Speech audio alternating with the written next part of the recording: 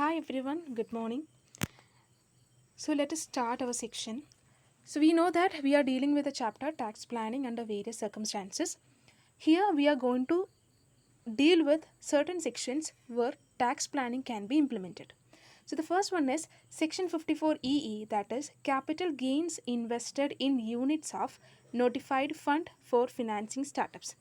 So this is mainly dealing with investing in a notified fund for financing startups. So this is a new section to Income Tax Act 1961. This says that for an eligible startups, their long-term capital gain can be used for investing in a fund notified by central government within a period of 6 months from the date of transfer.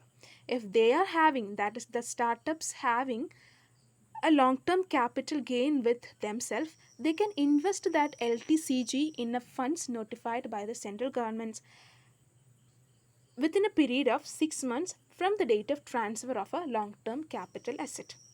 And this amount of investment is limited at rupees 50 lakhs. So they can invest in any long-term specified asset up to a maximum limit of 50 lakhs only, and such amount shall be remain invested in the fund for a period of 3 years. If they are withdrawing this invested amount within 3 years, the tax exemption will be revoked. So they will get a tax exemption if their long-term capital gain has been invested in funds notified by the central government. So as we said that it can be done by an eligible startups. So what do you mean by an eligible startup? So in order to become an eligible startups, certain conditions has to be satisfied. And let us look into what are the conditions to become an eligible startups. The first one is the startup should be incorporated or registered in India for less than 7 years. That is for normal startups, and if it is a biotechnology startups, that incorporation period would be 10 years. The second one is the startup's annual turnover should not exceed rupees 25 crore in any of the preceding financial year. So their annual turnover should not increase rupees 25 crores, and they should aims to work toward innovation, development and commercialization of new products. The next is they should not be formed by splitting or reconstruction of existing business. That is, we are forming a new startups, and this startup should not be formed by splitting or reconstruction of an existing business. And the next condition is it must obtain certification from the intern ministerial board. So they, in order to become an eligible startup, they should get a certification from the intern ministerial board. And the next is it can be incorporated as a private limited company or a registered partnership firm, and they can be also incorporated as what, limited liability partnership. So these are the ways a startup become an eligible startups. So these eligible startups can get tax exemption if their long-term capital gain has been invested in a notified fund by the central government. That is all about that section 54EE.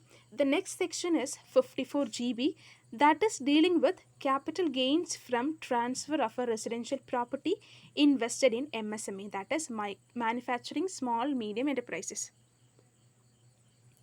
So this is dealing with what, if capital gain has been obtained by transfer residential property and that capital gain is being invested in what, MSME, so they will get a tax exemption. So let us look into the section, that is this provision allows the exemption from tax on LTCG on the sale of a residential property, and by transferring that residential property, the LTCG can be invested in what, small or medium enterprises defined under MSME Act 2006. So MSME Act 2006 pragaram ulla small and medium enterprises, if they are investing their long term capital gain derived by transfer of residential property, they will get what, tax exemption. And this limit has also extended to eligible startups. This means if they are getting a long-term capital gain by transfer of residential property, and they can invest that long-term capital gain in MSME or in eligible startups. In earlier days, this limit was only allowed to MSME sector, that they can invest only in MSME sectors, but that limit has extended and they can also invest their long-term capital gain in eligible startups also.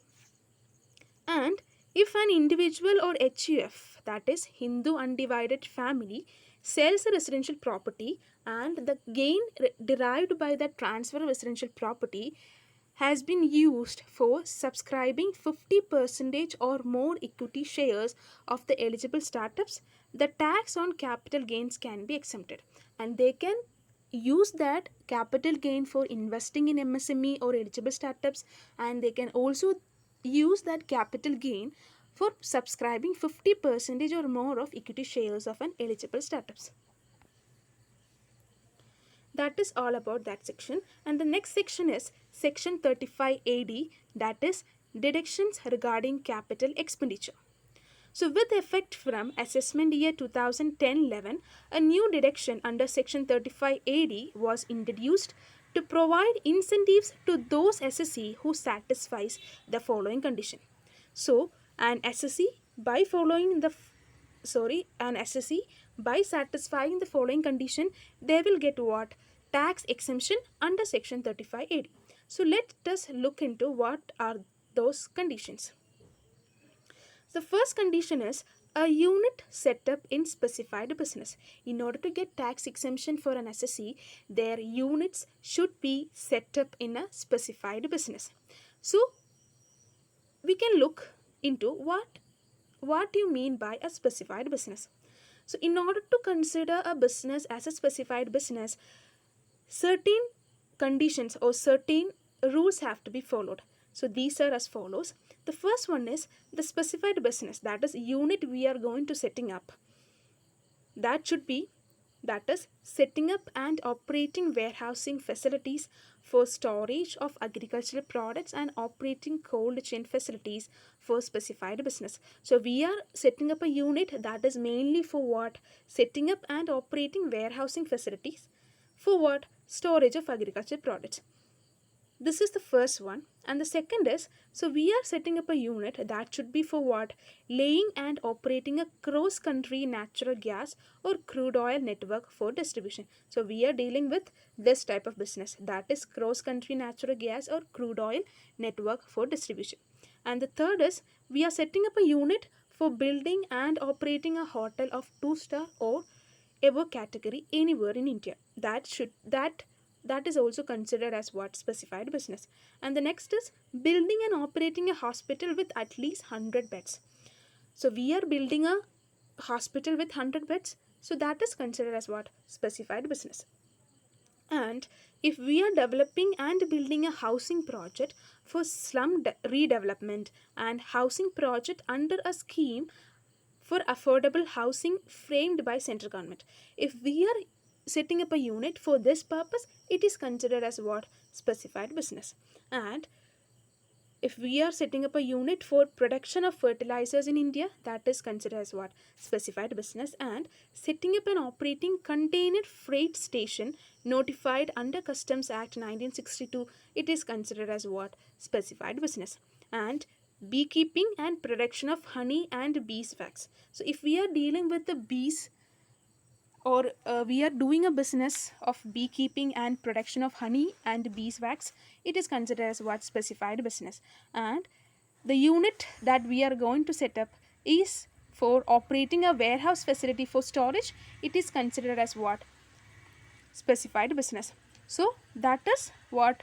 So in order to get a tax exemption under section 35 AD, the SSE should set up a unit in a specified business. That is the condition 1.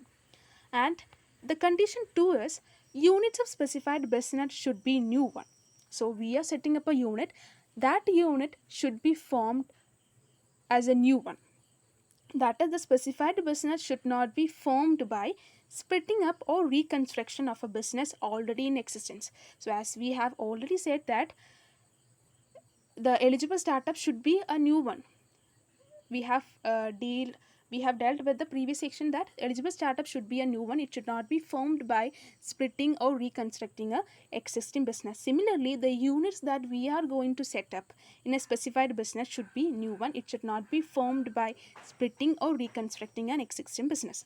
And the condition 3 is books of the SSE are audited. So the books of SSE should be audited. So these are the 3 conditions for claiming deductions regarding capital expenditure under section 35 AD. Okay. So next, so we said that by following these conditions we will get that the SSE will get a deduction regarding their capital expenditure. So how much they will get a deduction? That is 100% of capital expenditure incurred shall be allowed as what? Deduction. They will get, if they are following these 3 conditions, they will get a 100% deduction on their capital expenditure. So the year in which we have incurred the capital expenditure, on that capital expenditure we will get a 100% deduction. That is all about the rate of deduction.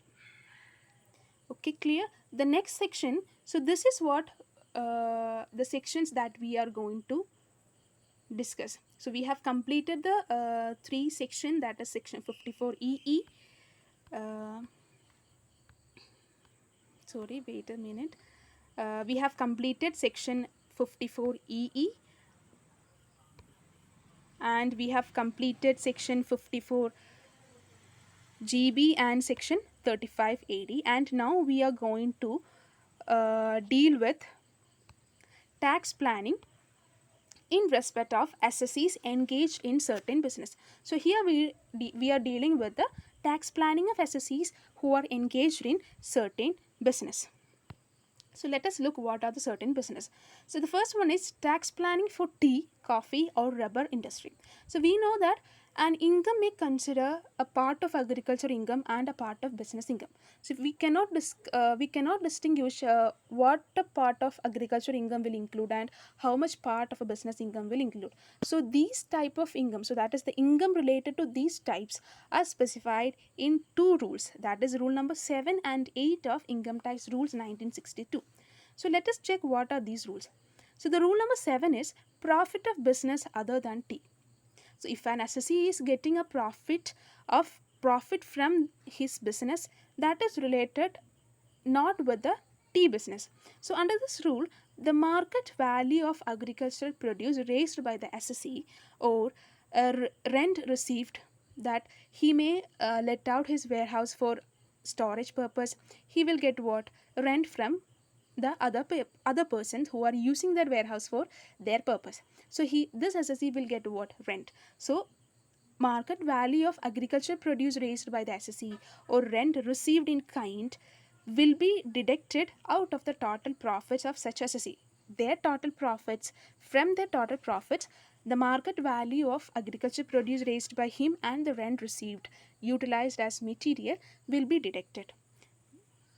That is what rule number 7 says. And what is rule number 8 will be, that is profit from tea manufacturing. If the SSE is engaged in the manufacture of tea leaves, from the total income of that SSE who is engaged in the manufacturing of tea leaves, 60% of his income will be considered as what? Agriculture income, and remaining 40% will be considered as what? Business profit or non-agriculture income item consider. So this is what rule number 8. And next is income from the manufacturing of centrifuge latex or sinex. So centrifuge latex or sinex means the common plantation of rubber. So in this section, the total income of the SSE, out of the total income which are received from the manufacturing of this latex or sinex, out of the total income, 65% will be considered as what? Agriculture income, and the balance 35% will be considered as what? Business income. So that is what? Income from manufacturing of latex or sinex. And the last is income from coffee manufacturing. If an SSE is involved in the manufacture of coffee, the profits or the income from that coffee manufacturing Out of that income, 75% will be considered as agriculture income, and the balance 25% will be considered as what? Business income. So this is what tax planning in respect of assessees engaged in certain business. So we have seen that tax planning for tea, coffee, and or rubber industry. So for tea, we have said that 60% of his income will be considered as agriculture income and 40% will be treated as business profits. And for the manufacturing of latex Sinex, 65% will be his agriculture income and balance 35 will be his business income. And for the manufacture of coffee, 75% of his income will be considered as agriculture income and the balance 25% will be considered as business income.